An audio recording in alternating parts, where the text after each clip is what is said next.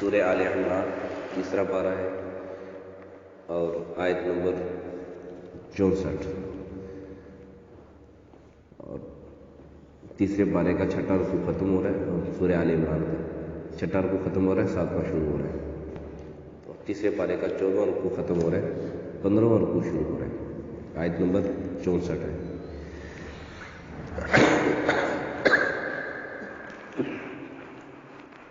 اعوذ باللہ من الشیطان الرجیم، بسم اللہ الرحمن الرحیم۔ قل یا اہل الكتاب تعالوا الى کلمة سواء بیننا وبینکم ألا نعبد إلا الله ولا نشرك به شيئا ولا يتخذ بعضنا بعضا أربابا من دون الله فإن تولوا فقولوا اشهدوا بأننا مسلمون۔ يا أهل الكتاب لم تحاجون في إبراهيم وما أنزلت التوراة والإنجيل إلا من بعده أفلا تعقلون؟ ها أنتم هؤلاء حاججتم فيما لكم به علم فلم تحاجون فيما ليس لكم به علم والله يعلم وأنتم لا تعلمون۔ صدق اللہ العظیم۔ قل یا اہل الکتاب، اے نبی صلی اللہ علیہ وسلم آپ ان سے کہہ دیجئے اہل کتاب تعالوا الی کلمۃ،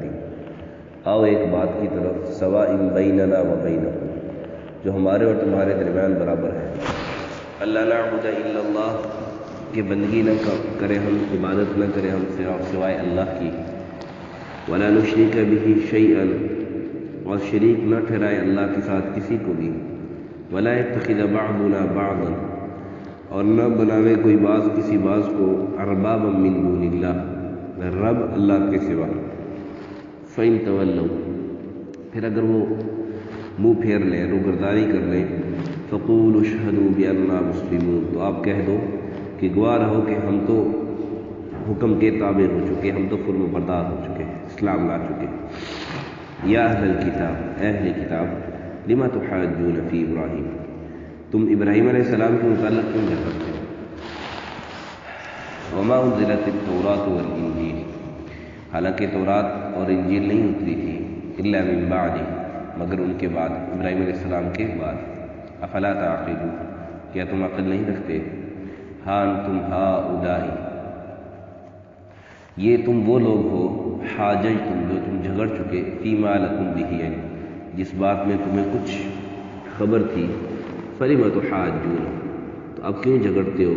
فیما لیس لکم بہ علم، اس بات میں جس میں تمہیں کوئی علم نہیں ہے، واللہ یعلم، اور اللہ خوب جانتا ہے، وانتم لا تعلمون، اور تم تو کچھ بھی نہیں جانتے، تم نہیں جانتے۔ مفتی نجران نبی اکرم صلی اللہ علیہ وسلم کے پاس بحث مباحثہ کے لیے آیا، نبی اکرم صلی اللہ علیہ وسلم نے اسے کہا کہ بھئی آپ اسلام لے آؤ، تو جیسے اور بہت ساری بحث ہوئی تو ان میں انہوں نے یہ بھی کہا کہ دیکھو ہم تو ہے ہی مسلمان، ہم تو ہے ہی مسلمان، جیسے میں نے پہلے بھی عرض کیا تھا، وہ کہتے ہیں دیکھو آپ بھی اللہ کو مانتے ہو، ہم بھی اللہ کو مانتے ہیں، آپ بھی نبی کو مانتے ہو، ہم بھی نبی کو مانتے ہیں، تو ہمارے تمہارے درمیان فرق کیا ہے؟ تو انہوں نے جب یہ کہا نا کہ ہم مسلمان ہیں، تو نبی اکرم صلی اللہ علیہ وسلم سے اللہ نے کہا کہ پھر ایسی بات کر لو، اور یہ ایک قاعدہ کلیہ بتلا دیا ہے کہ جہاں کہیں دو گروہوں میں آپس میں جھگڑا ہو، اختلاف ہو، تو ان کی صلح کا ایک طریقہ یہ بھی ہے کہ آپ سرچ کرو، کوشش کرو کہ کون سا ایسا پوائنٹ ہے جس کو دونوں مانتے ہیں، جس پر دونوں کا ایک ہی نظریہ ہے، پہلے اس دو گروہوں کو اس پوائنٹ پہ لے گیا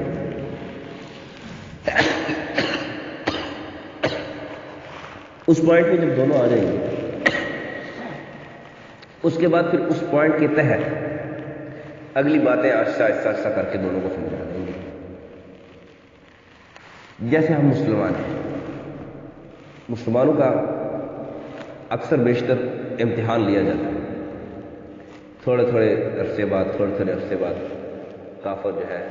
کبھی نبی کرم صلی اللہ علیہ وسلم کی شان میں کوئی گستاخی کر دیتے ہیں، کبھی کوئی گستاخی کر دیتے ہیں، اور یہ چیک کرتے ہیں کہ دیکھیں کہ مسلمانوں کے اندر کتنی محبت ہے۔ تو اب جب ایسی معاملہ آتا ہے تو آپس کے جانی دشمن فرقہ واریت میں ایک دوسرے کے اتنے دشمن کے ہاتھ ملانے تک تیار نہیں، اور قوم پرستی میں ایک دوسرے کے اتنے دشمن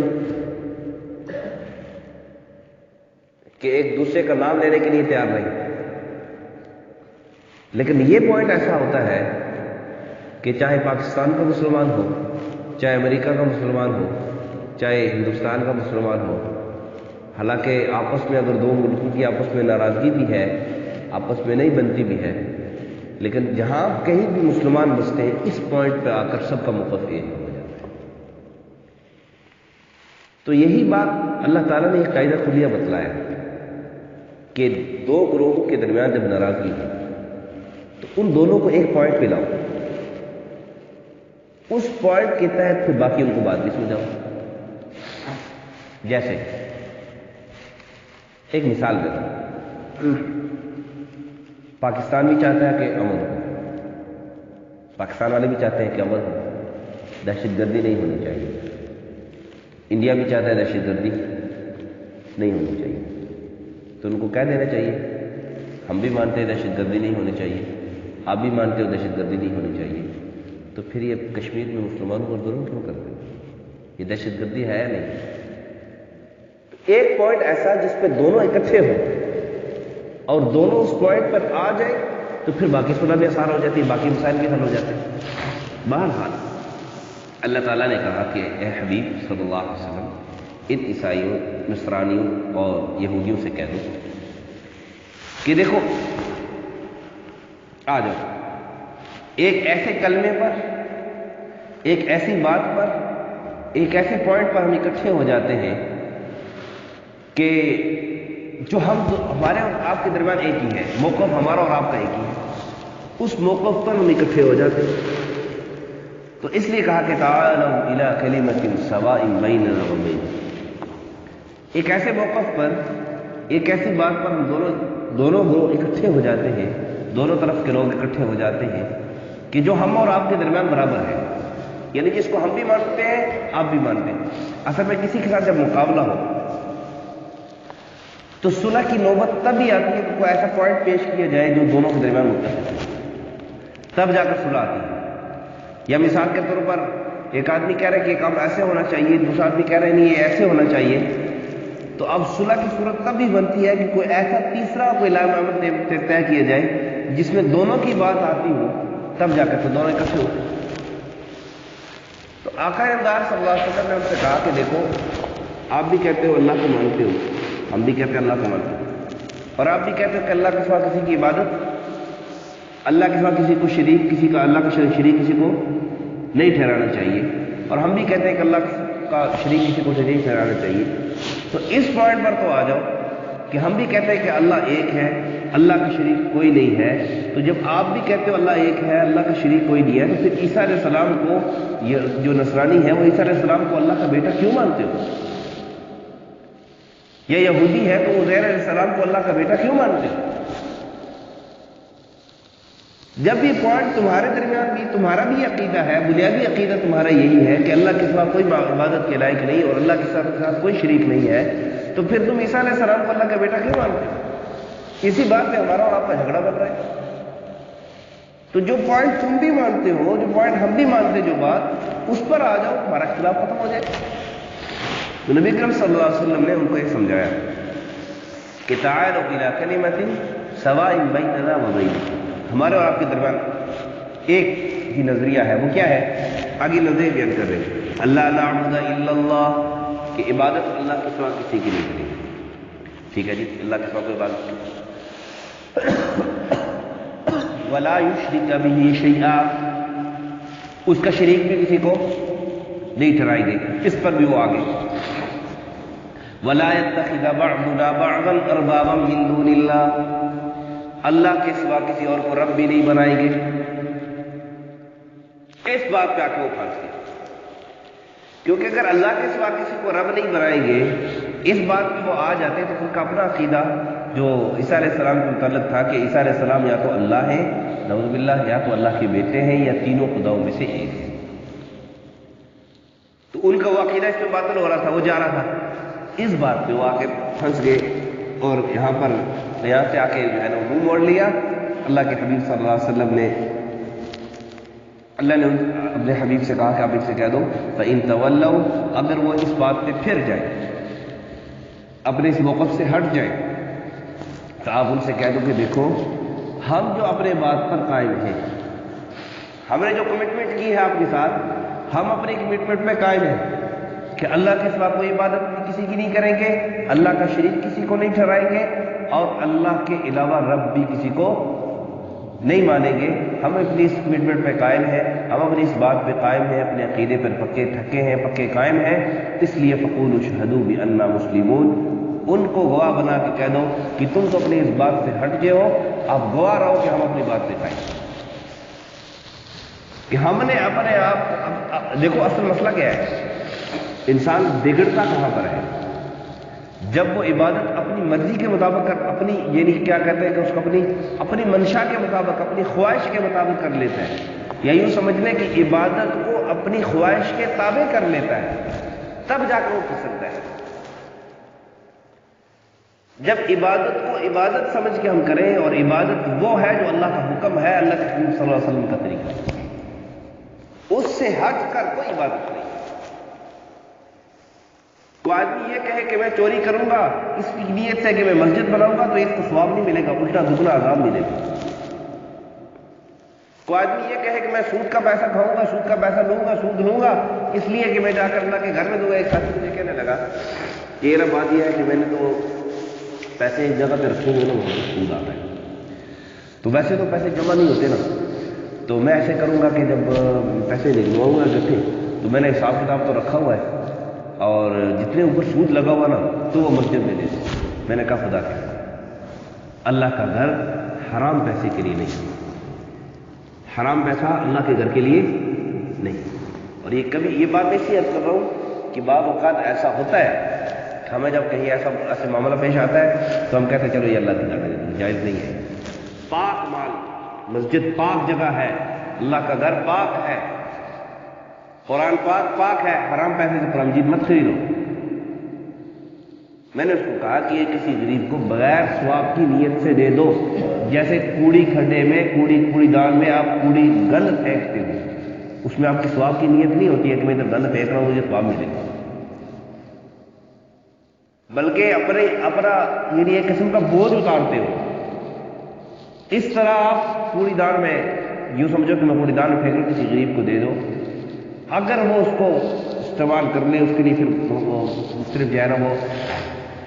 صورتیں بنتی ہیں, انشاءاللہ کسی موقع پر بات کریں گے کس کے لیے کیسے استعمال کرنا جائز ہے, کیا ہے کس کے لیے جائز ہے, کس کے لیے جائز نہیں ہے, لیکن آپ کے لیے استعمال کرنا جائز نہیں ہے.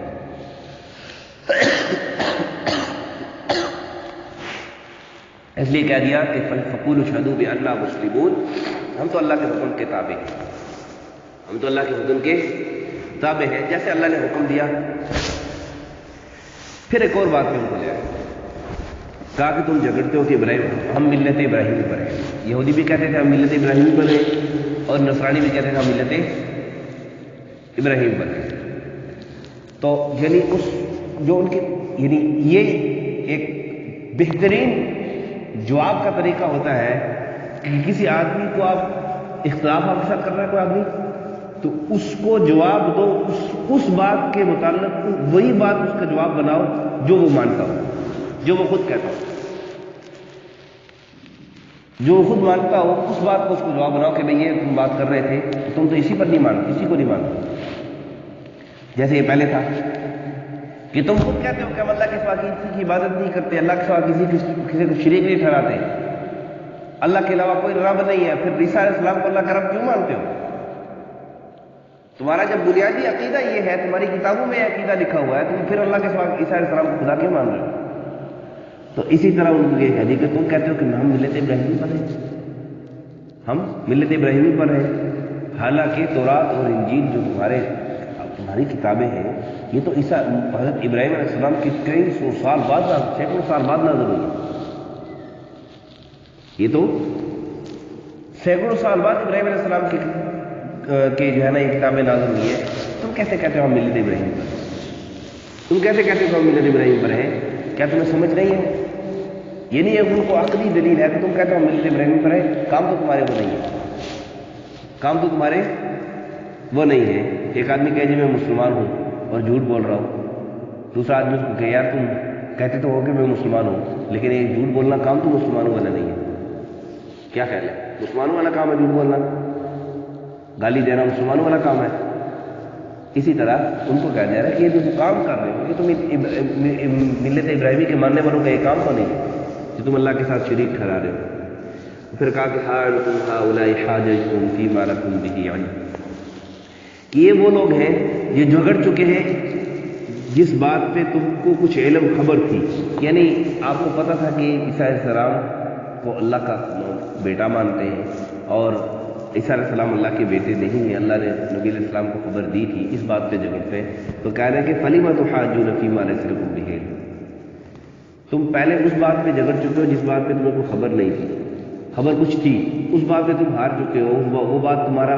موقف، تمہاری دلیل وہ ختم ہو چکی ہے، رد ہو چکی ہے کہ تم عیسیٰ علیہ السلام کو اللہ کا بیٹا مانتے ہو، حالانکہ خود کہتے ہو کہ ہم اللہ کے ساتھ کسی کو شریک نہیں ٹھہراتے. تو اس بات پہ کیوں جھگڑ رہے ہو؟ اپنے آپ کو ملت ابراہیم والا کہنے والے ہو کہ تورات اور انجیل تمہارے یعنی آپ کے انبیاء کرام علیہ السلام تسلیمات پر کتابیں نازل ہوئی ہیں، وہ تو آپ سے بہت پہلے گزرے ہیں. ابراہیم علیہ السلام، ابراہیم علیہ السلام کے متعلق تو آپ جانتے ہی کچھ نہیں ہو، ان کو تو ان کے بارے میں آپ کو کچھ علم ہی نہیں ہے، پھر کیوں اپنے آپ کو ملت ابراہیم والا کہتے ہیں؟ پہلی میں تحاجون فیما لیس لکم، اس بارے میں تمہیں پتہ ہی کچھ نہیں ہے کیونکہ تورات اور انجیل تو بہت بعد نازل ہوئی ابراہیم علیہ السلام. پھر کیوں اپنے آپ کو یہ کہتے ہو کہ ہم ملت ابراہیم پر ہیں، یا یہ کہتے ہو کہ ابراہیم علیہ السلام یہودی تھے یا ابراہیم علیہ السلام نعوذ باللہ نصرانی تھے؟ آگے اگلے سبق میں انشاءاللہ آئے گا کہ اللہ فرماتے ہیں ابراہیم علیہ السلام نے یہودی تھے نصرانی تھے،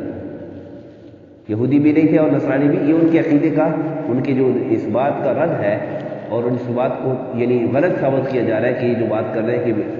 یہودی کہتے ہیں کہ ملت ابراہیم علیہ السلام یہودی تھے، نصرانی کہتے ہیں کہ ابراہیم علیہ السلام نصرانی تھے، حالانکہ ایسی بات نہیں ہے. یہ دونوں دعوے ان کے غلط ہیں اور باطل ہیں. اور پھر کہا کہ واللہ یعلم وانتم لا تعلمون، تمہیں کچھ پتہ نہیں ہے. اللہ سب جانتا ہے کس کے لیے کیا بہتر ہے، کس نے کون سچ بول رہا ہے کون جھوٹ بول رہا ہے، یہ سب کچھ اللہ جانتا ہے. یہ تو ہوگی سبق کے متعلق بات. یہ واللہ یعلم وانتم لا تعلمون کے متعلق میں اضافی بات آج کرتا ہوں. جب آدمی کچھ ایک بات چاہ رہا ہے، مثال کے طور پر ایک آدمی چاہ رہا ہے کہ میرا یہ کام ایسے ہو جائے اور اپنے نظریے کے مطابق وہ سمجھتا ہے کہ میرا یہ کام ایسے ہوگا تو میری بےزتی ہے. اب اس نے اللہ سے مانگا بھی، عبادت بھی کی، صدقہ بھی دیا، سب کچھ کیا، اور وہ کام اس کا اس طرح نہیں ہوا جس طرح وہ چاہتا تھا. اس بات پہ اس کو یہ کہہ دینا چاہیے کہ واللہ یعلم وانتم لا تعلمون، کہ اللہ جانتا ہے کہ تمہارے لیے کیا فائدہ ہے، تم نہیں جانتے کہ یہ کام ایسے جیسے تم چاہ رہے تھے ایسے اگر ہوتا تو شاید اس میں تمہارا نقصان تھا، یہی اللہ کو معلوم تھا، اس لیے کام ایسے نہیں ہوا. اللہ تم پر رحم کرنے والا ہے، رحیم ہے، تمہیں اللہ نے نقصان دیا. اللہ ہم کی توفیق عطا فرمائے. الحمدللہ رب العالمین والعاقبۃ للمتقین والصلاة والسلام علی اشرف الانبیاء والمرسلین